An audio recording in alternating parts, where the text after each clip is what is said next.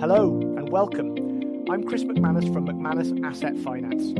This is your business finance partner, a regular check-in where we talk through what's really going on in your business, how finance can support it, and what to watch out for along the way. Let's get into it.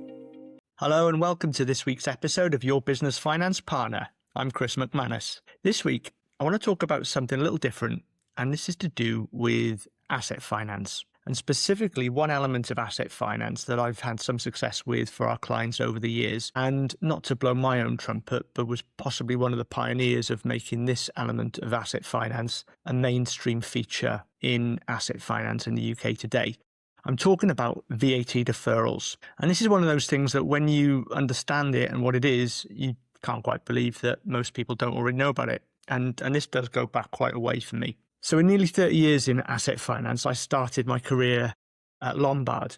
And in 2002, you might remember, Lombard was owned by Royal Bank of Scotland. It had just taken over NatWest, and it was 6 years before the credit crunch, and it was at a time of big growth plans for the bank. And we had a message come through to us as a sales force for ideas as to how we could increase our lending volume. RBS wanted to be the biggest bank in the world. And I sat there thinking about how we can increase the amount of money we're putting into businesses, and people were suggesting various ideas. And then something occurred to me that I suppose was an obvious answer to the question, but it seemed blindingly obvious and no one else seemed to be thinking of it. And this was this. What was happening typically when we were structuring an asset finance deal for hire purchase is that we would finance around about 90% of the pre-VAT cost of a vehicle or a machine. And on a £100,000 vehicle plus VAT, we'd finance £90,000 of that, and that would be the lending volume out the door.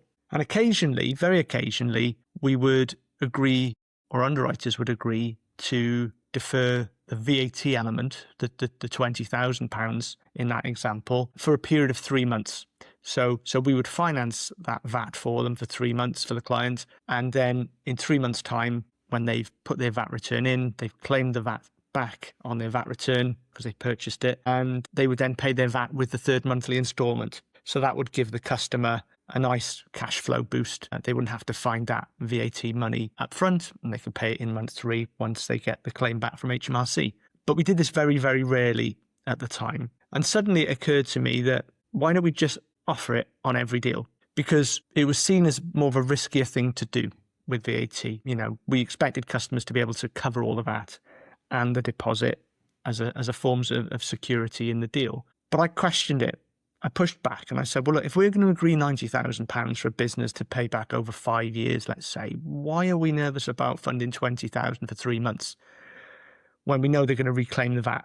We can give the client a real cash flow boost here by taking that pressure away for 3 months. And not only that, we're immediately lending 20% more in doing the same amount of deals. So I sent this message up to the head of the company, and the message came down genius. It got rolled out. The message went out to everybody. VAT deferral then became a sort of standard feature of deals within Lombard. Underwriters were allowed to agree it far more regularly than they had before.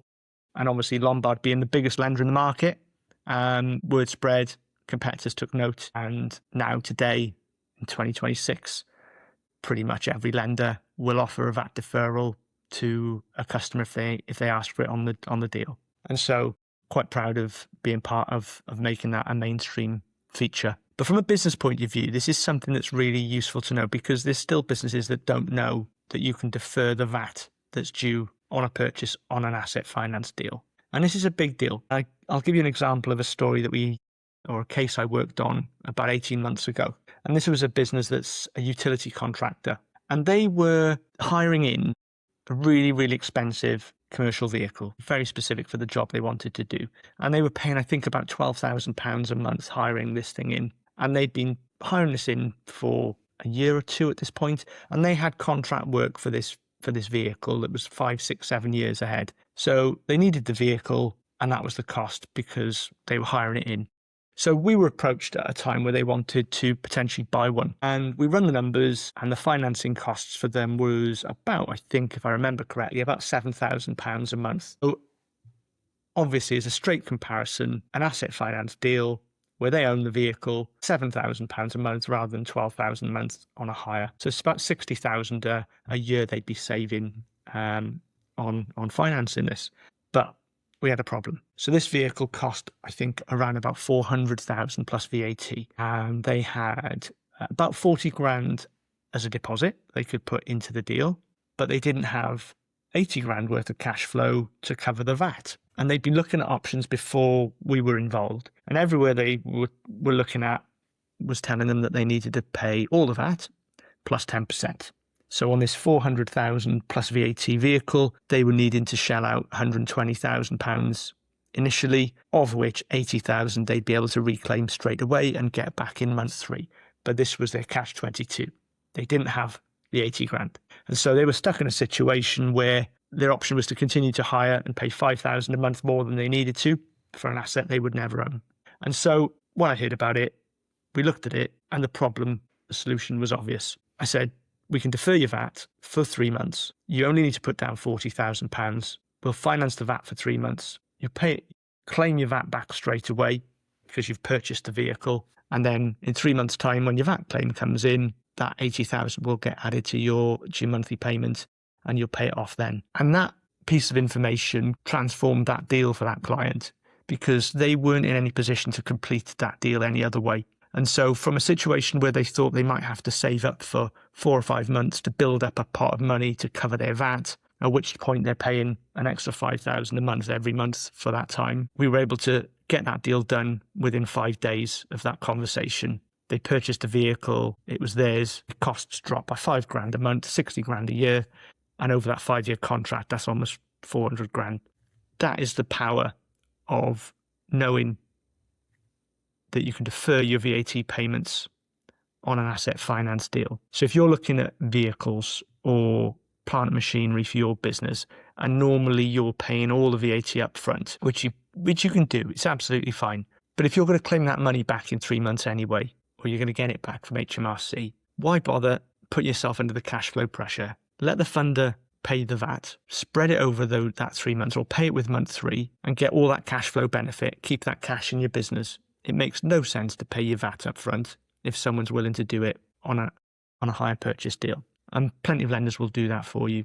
And this is something I really want to get across to you, because I hear this a lot when I talk to businesses, is that they're not aware that this VAT deferral on a hire purchase facility is available to them. And so they look and they say, well, we don't want to pay all the VAT up front, so we're going to have to lease an asset. We have to lease the vehicle or lease the machine. And I'll be honest, leasing as a product, I'm not a big fan of. You're renting that asset, you're renting that product, and the only benefit used to be that you didn't have to pay all the VAT up front with a lease, and you used to have to do that on a hire purchase. And with leasing, the VAT's added to your monthly rentals, so there's less cash flow pressure there. So the only time someone wants to lease is because they don't want to have to find all the VAT up front in one go.